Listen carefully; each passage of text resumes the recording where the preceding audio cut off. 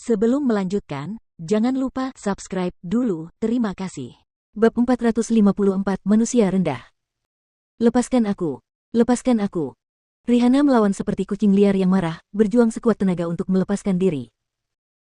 Serangan ganas Rihanna membangkitkan agresivitas yang tersembunyi jauh di dalam garis keturunan Julio. Tawanya yang liar terdengar lebih keras saat ia memukul pantat Rihanna yang kencang, lumayan, sangat kencang dan kencang, aku suka.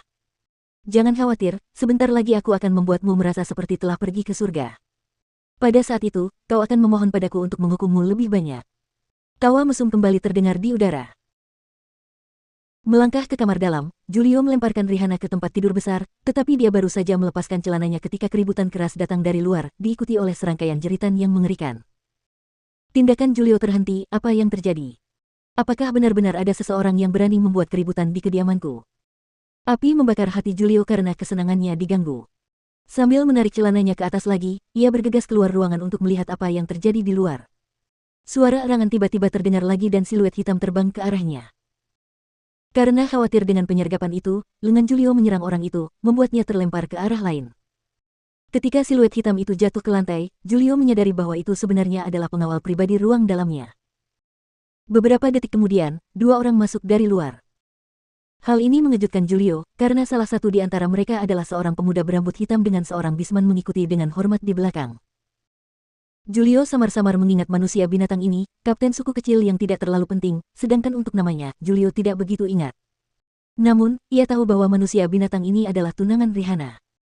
Amir mengikuti Huang Xiaolong, menerobos kediaman Julio hingga ke ruang dalam.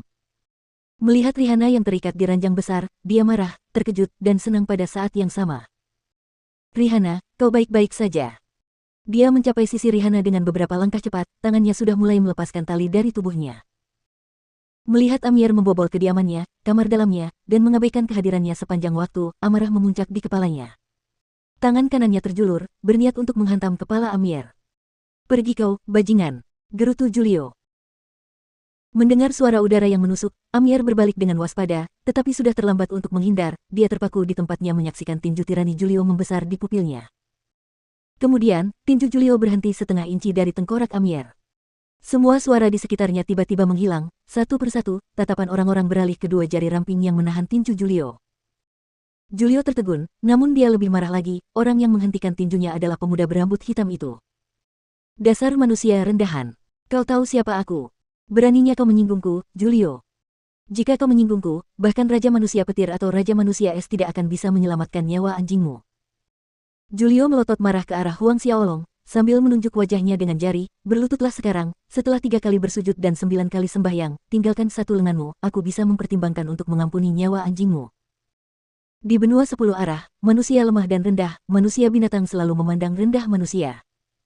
Sebagai anggota salah satu dari 10 suku manusia binatang teratas, dan keturunan utama suku harimau, Julio sangat marah setelah dihalangi oleh manusia yang lemah. Hal ini sama saja dengan orang desa yang menyinggung keturunan bangsawan suatu kekaisaran. 3 kali bersujud dan 9 kali sembahyang.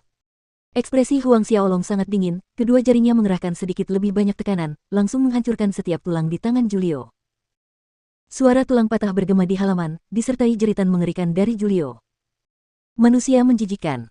Aku akan menjepit tubuhmu ke tanah dan membiarkan 10.000 kuda binatang raksasa menabrakmu. Julio meraung, pembuluh darah merah muncul di matanya saat dia melotot ke arah Huang Xiaolong seolah-olah dia ingin mencabik-cabik Huang Xiaolong saat itu juga. Seorang manusia berani menghancurkan tulangnya. Benarkah? Huang Xiaolong menekan lebih kuat dengan kedua jarinya. Lengan Julio terpelintir pada sudut 90 derajat dan serangkaian suara patah memenuhi udara, membuat bulu kuduk Amir dan Rihanna berdiri tegak. Julio hampir pingsan karena rasa sakit luar biasa yang menjalar ke seluruh sarafnya. Dari penampilan luarnya, tidak terlihat sesuatu yang salah pada lengannya. Akan tetapi, semua tulang di lengannya remuk, hancur berkeping-keping. Aku akan membunuhmu, dasar bajingan hina. Julio tiba-tiba mengangkat tangan kirinya dan memukul dada Huang Xiaolong. Namun, tangan kirinya hampir tidak bergerak sedikit pun ketika dua jari di tangan kiri Huang Xiaolong menjepitnya. Sama seperti yang terjadi pada tangan kanannya, irama merdu tulang patah terdengar sekali lagi. Setelah meremukkan kedua lengan Julio, lengan Huang Xiaolong bergerak, melempar Julio keluar sambil berguling ke sudut. Siapa yang berani masuk tanpa izin ke kediamanku, Bobby? Pada saat ini, suara gemuruh bergema di udara, langkah kaki yang menggelegar menyerbu ke halaman, menyebabkan getaran di tanah. Itu adalah suara pasukan besar yang mengepung perimeter. Wajah Amiar dan Rihanna kehilangan warna. Bobby, Kapten Kepala Pengawal Kota Hundred Tiger City. Bahkan Patriark suku Amiar perlu memberi hormat pada Bobby saat melihatnya, menunjukkan sikap yang lebih rendah dari budak, sedangkan di dunia Amiar, Bobby adalah eksistensi yang jauh dari jangkauannya. Sejumlah penjaga kota suku harimau menyerbu ke halaman, seorang pria parubaya dengan rompi kulit besar tanpa lengan melangkah masuk. Dia memiliki mata besar, alis tebal, dan tinggi hampir 2,7 meter. Dari kepala hingga kaki, pria parubaya itu memancarkan aura yang ganas, terutama matanya. Ayah, selamatkan aku. Melihat pria parubaya suku harimau yang kekar itu, Julio berjuang bangkit dari lantai dan berlari ke sisi pria itu. Matanya bersinar dengan cahaya ganas saat dia menunjuk Huang Xiaolong. Kutukan sialan ini, dia baru saja menghancurkan tulang-tulang di lenganku. Ayah, jangan biarkan kutu ini lolos. Namun, kata-kata Julio baru saja keluar dari mulutnya ketika telapak tangan ayahnya menghantam wajahnya. Kekuatan itu membuatnya berputar beberapa kali di tempat. Julio tercengang. Sampah. Bobby mengumpat sambil menggertakkan giginya. Takut akan kemarahan ayahnya, Julio menundukkan kepalanya dan mundur ke belakang, di mana salah seorang pengawal suku harimau merawat luka-lukanya. Tatapan tajam Bobby menyapu Amiar dan Rihanna sejenak dan keduanya langsung merasa seolah-olah mereka telah kehilangan seluruh kekuatan, kaki mereka melunak, hampir berlutut. Anak muda, tahukah kau akibat dari tindakanmu? Tatapan Bobby akhirnya tertuju pada Huang Xiaolong, suaranya sangat dingin, ini pertama kalinya ada manusia yang berani masuk ke kediamanku dan bertindak kurang ajar.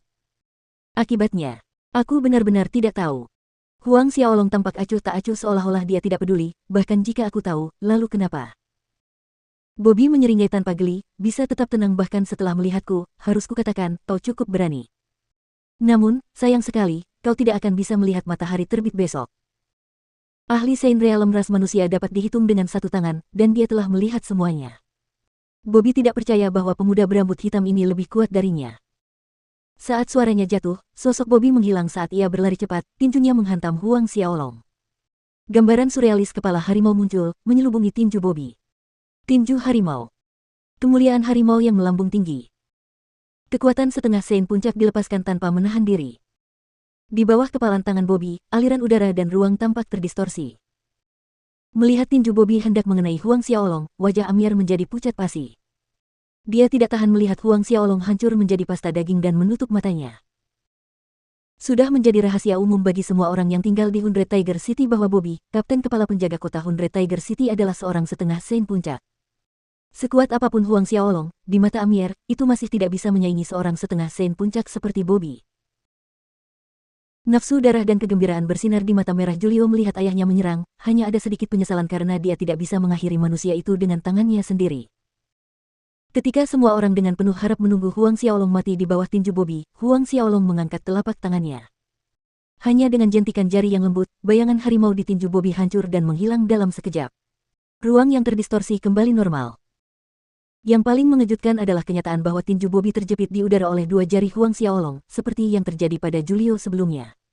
Rasanya seperti deja vu.